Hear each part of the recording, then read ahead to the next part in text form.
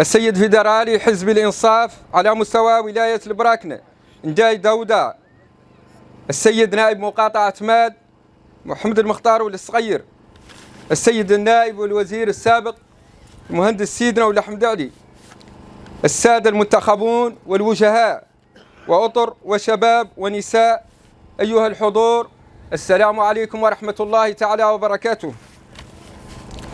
يسعدني ويشرفني أن أرحب بكم اليوم جميعا في تجمع قرى بيدان الواسطة التابع لبلدية جلوار في مقاطعة مال لافتتاح هذا المهرجان المبارك الذي يعتبر أول مهرجان يفتتح على مستوى ولاية البراكنة في سنة 2024. هذا المهرجان الذي يجسد ويؤكد دعمنا لفخامة رئيس الجمهورية لهذا المهرجان، مهرجان الوفاء لرئيس الجمهورية محمد الشيخ الغزواني، تحت عنوان نعم لمأمورية ثانية، نعم ويستمر البناء.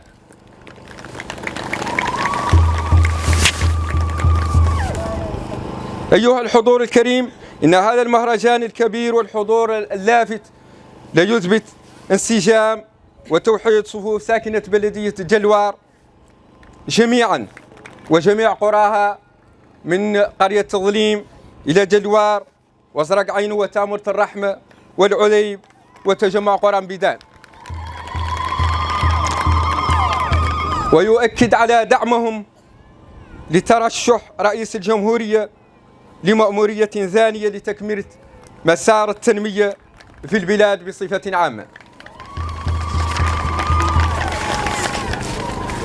أيها الحضور الكريم، تعتبر زيارة رئيس الجمهورية الأخيرة لولاية البراكنة وتدشينه لعدة مشاريع تنموية كبيرة لدليل على حرصه على الوقوف لتقديم أفضل الخدمات للساكنة ولاية البراكنة بقية الوصول إلى تنمية مستديمة، وبالإضافة إلى عزمه على حل المشاكل التنموية المطروحة بشكل مباشر ومتابعتها. حيث تؤكد هذه الزيارة على مواصلة رئيس الجمهورية لإنجازاته على مستوى مقاطعة مال، حيث كانت الاستجابة السريعة للمطالب مقاطعة مال في العهدة الحالية، والتي تتمثل في المرسوم الرئاسي بتحويل مال من مركز إداري إلى مقاطعة واستحداث 3 بلديات حيث التي تساهم في تقريب الإدارة وتعزيز اللامركزية. وكذلك حضور المقاطعة الدائم في الجمعية الوطنية بمقعدين نيابيين لإيصال قضاياها إلى قبة البرلمان، ولنا في النائب الموجود بيننا الآن خير مثال. أيها السادة الحضور،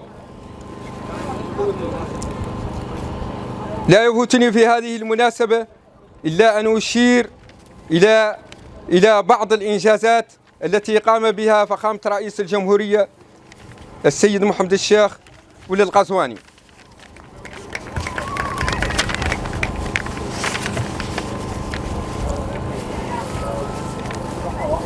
حيث تعتبر عملية الإحصاء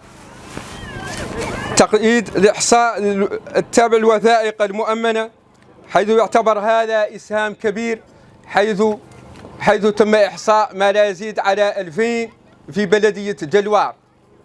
يعتبر هذا إنجاز حقيقة، إنجاز ملموس يضاف إلى إنجازات رئيس الجمهورية، حيث كانت حقيقة 2000 ما يزيد على 2000 من الساكنة ليس عندها أي أوراق ثبوتية. والآن بفضل الله وبفضل تدخل السيد رئيس الجمهورية تم تقييد ما لا يزيد على 2000 مواطن على سجل الوثائق المؤمنة، وخاصة في مناطق البلدية النائية. كما نشير إلى أن هذا الإحصاء الآن، التعداد العام للسكان الآن سيساهم أيضا في بناء هذه في بناء الدولة، لأنه يعتمد على الساكنة الموجودة في البلدية. والآن نجدد جميع المواطنين في بلدية دلوار أن يكونوا مستعدين للإحصاء جميعا في هذا التعداد، لأنه مهم أيضا فيما يخص التنمية المحلية، بالنسبة للبلدية. ونعرف جميعا أنه كلما زاد التعداد الساكنة كلما زاد حظها في المشاريع وزاد حظها في تدخلات الدولة.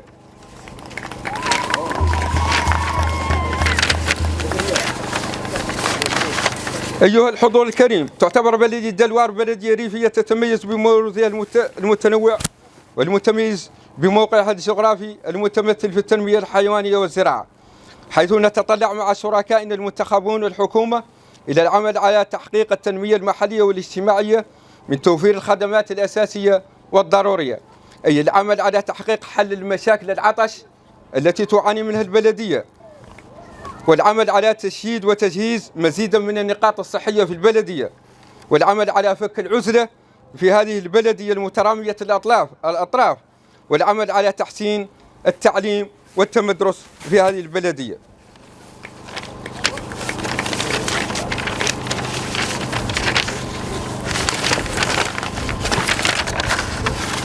أيها الحضور الكريم، والآن لماذا ندعم مأمورية ثانية لرئيس الجمهورية؟ أولا مأمورية ثانية لدعم الاستقرار في البلاد. نعم لمأمورية ثانية لدعم الأمن والاستقرار في البلاد. نعم لدعم مأمورية ثانية لدعم مسار الوحدة الوطنية، حيث يتجلى ذلك في ميثاق الجمهورية بين جل الأطياف السياسية في البلاد. نعم لمأمورية ثانية لدعم التنمية والبناء في البلاد. وفي الأخير أيها الحضور، نعم للإنصاف ونعم لرئيس الجمهورية. والسلام عليكم ورحمة الله تعالى وبركاته. بسم الله الرحمن الرحيم، والصلاة والسلام على نبي الكريم محمد صلى الله عليه وسلم.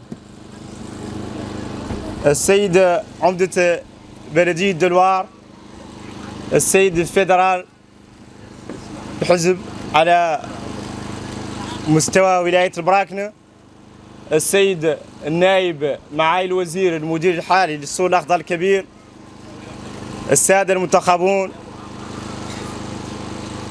أيها السادة والسيدات، أيها الجمع الكريم، السلام عليكم ورحمة الله وبركاته. أنا اليوم سعيد أني أمامكم اليوم في بلدية دلوار، وفي الخصوص تجمع قرى ميدان الواسطة، وهي أول مرة أعود اليوم أمامكم. شاكركم جميعا على حفاوة الاستقبال وعلى كرم الضيافة، وشاكر جميعا على الحضور. ونحن ممتنون لفخامة رئيس الجمهورية على استحداث مقاطعة مال التغطية الأخير اللي أصبح مال مقاطع بدلا من مركز إداري. وبعد الاستحداث تعرفوا على أن عادوا عندنا 3 بلديات إضافة للبلديات 2 اللي هي بلدية مال المركزية وبلدية دلوار. إذن مال اليوم عنده 5 بلديات، وذا الاستحداث اللي يخلق في المقاطعة ولد عنه نائبين. اليوم عندكم نائبين الحمد لله، نائبين المقاطعة يطرحوا مشاكلكم في القبة البرلمانية ويطرحوها على الجهات المعنية، وهذا يا تعود الناس كاملة تثمنوا. أنا بعد كنايب مثمن وانتم أنا راكم مثمنين وحتى كاملين. نختار نقول لساكنة ميدان الواسطة على أن معتذرين على التأخير، وعلى أن كنا يلا عودوا فتنا جيناهم. غير هذا كامل الله مولي خارج عن إرادة رحلة الله وظروف العملية اللي جعلتنا نتقاعس إلى الوقت، ومعتذرين. ونختار نقول لكم على أني أنا نايب عن المقاطعة، على أني مستعد مثلا لجميع المشاكل اللي عندكم، مثلا على نرفد رسائلكم ونطرحها للحكومة، وعلى أني نتابعها يعني تنفذ إن شاء الله بإذن الله. انا مستعد لطرح مشاكلكم في القبه البرلمانيه، ومستعد مولي نتابع مولي على مستوى الوزارات اني تنحل المشكله. اللي انا بقى مستعد نعدل ان شاء الله باذن الله. ونعرف عن العمده والوزير والعمده والنائب السابق معي الوزير، نعرف عنهم هو زاد مولي تبارك الله مستعدين للامور كامله.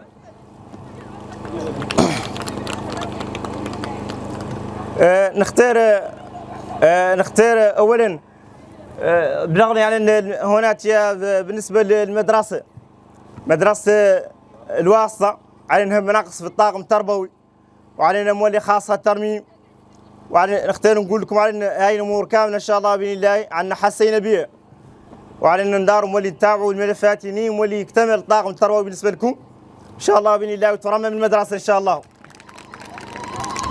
وبالنسبه للكتاب المدرسي مولي يعني نقول لكم على انا كنايب طالب منكم تعذروا لي، طالب من العمده وطالب من المنتخبون هون كاملين ورؤساء الاحياء على انهم يعادوا لنا جرد مثلا عدد التلاميذ اللي هناك في المدرسه، وعلى انهم مستعدين يجيبوا لكم الكتاب المدرسي ان شاء الله باذن الله. فاقرب مولي فاقرب وقت لا تعادلون انتم حوصله الناس عدد طلاب اللي عندكم، ونحن مستعدين مثلا نجيب لكم الكتاب المدرسي ان شاء الله باذن الله. نختار صون نحسكم على اللي قالوا الاحصاء التعداد الخامس اللي سكنوا المساكن اللي دار عودوا جاوكم واحدين حالي هون. نختار نحث الجميع على ان لا تفوتكم الفرصه، على ان هذا التعداد على انه كل هي تجربه وعدت في الامم المتحده سنه 1975، وعلى ان التجربه كانت رائده، وعلى ان دائما كما قلنا لكم على انه يخلي كل 10 سنوات، على ان هي فرصه بالنسبه لكم انتم، على ان يا الله عود كل حد يعود مستعد لانه يحصي اللي عنده مثلا من يحصي اللي عنده من اولاد وابناء وذيك باط يعود مستعد لذيك الاسئله كامله تنطرح، كما شرط على انه هو يساعد على نمو الدول واقتصاد والاحصاء واللي ما هو خاص لا بموريتانيا وحد حتى حد يعاد معكم اجنبيون مقيم يا الله وينحصى. اذا نحاثكم على ذي الفرصه العظيمه على لا تفوتكم، وعلى انه فترته فتره قصيره ما هي طويله، وبالتالي يا الله تعودوا مستعدين كاملين تحصوا مستعدين للاحصاء. في الاخير ما نبغي نطول عليكم، راجي لكم التوفيق والسداد، اشكركم والسلام عليكم ورحمه الله وبركاته. Honorable député de la Mokata Zoman, جماعة يلا Monsieur تبدأوا les élus, la notabilité de Mbiden, les cadres de Mbiden, vous avez réussi dans l'organisation et dans la mobilisation. Vous avez si bien dit, comme a dit le maire, c'est le premier meeting dans la wilaya du Brakna. Et le meeting qui demande au président Mohamed Cheikh Ghazouani pour son deuxième mandat, et ils seront les premiers militants qui vont voter. Nous vous disons, le département de Man, c'est un département d'Insaf. La wilaya du Brakna, c'est la wilaya d'Insaf. Il faut l'unité autour de l'Insaf. Il faut l'unité autour de l'Insaf. Vous avez réussi la mobilisation. Vous avez réussi l'organisation. Le président du parti d'Insaf va le transmettre à monsieur le président de la République, Mohamed Cheikh Ghazouani, en lui disant que déjà le département de Mal, la commune de Guellouar a voté à 100%. Je vous remercie. السيد الفيدرالي حزب الانصاف على مستوى ولاية براكنا،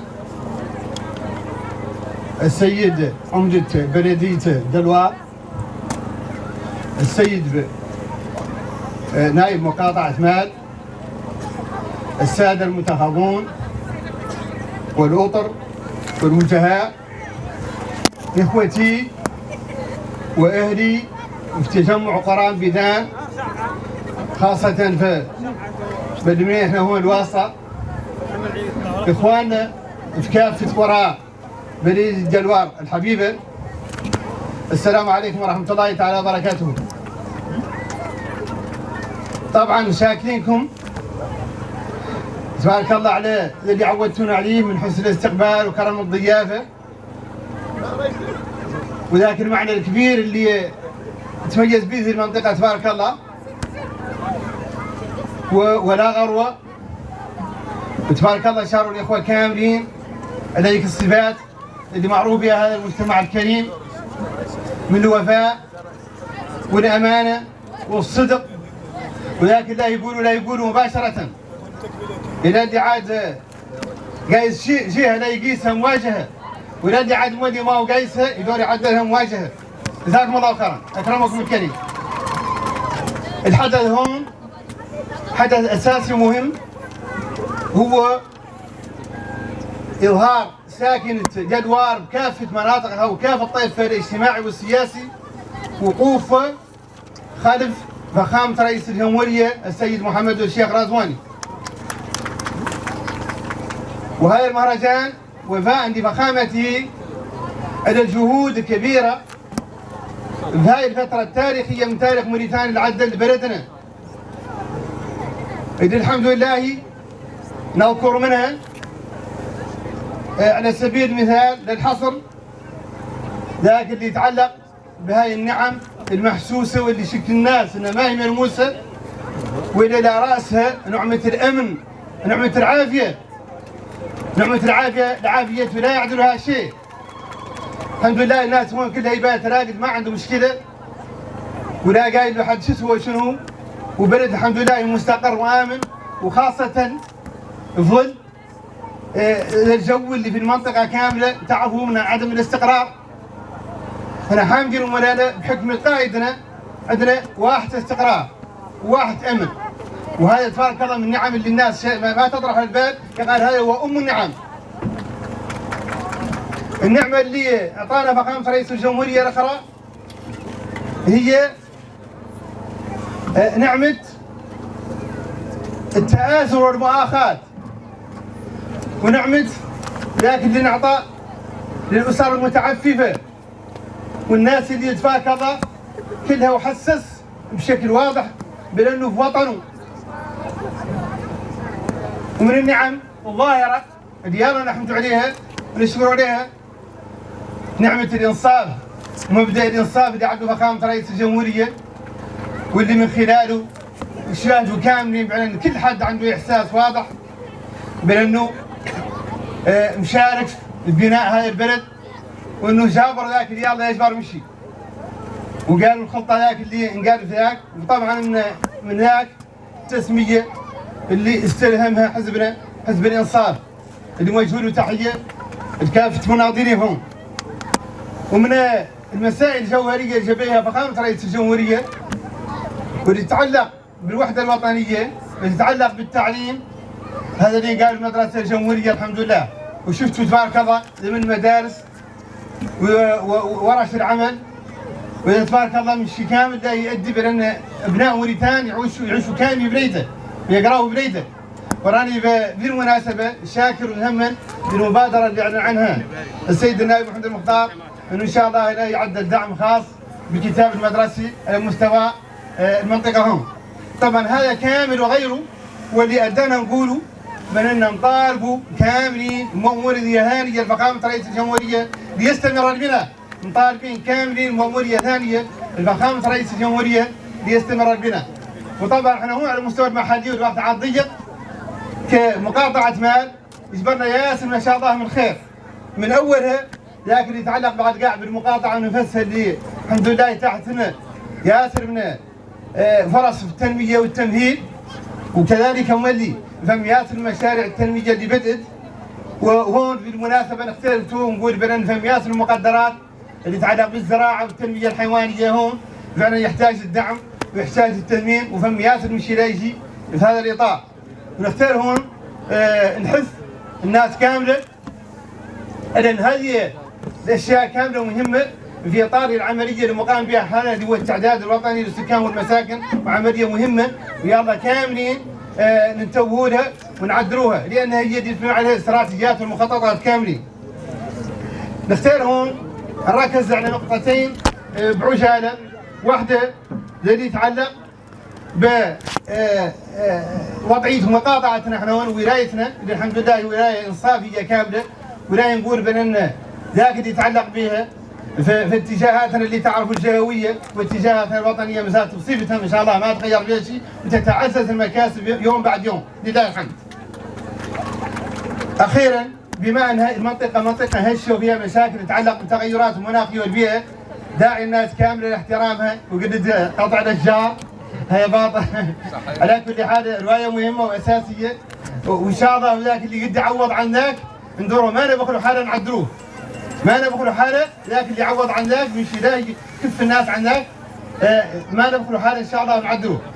في النهايه جميعا من اجل مأمورية ثانيه فقامت رئيس الجمهوريه وليستمر البناء، والسلام عليكم ورحمه الله تعالى وبركاته.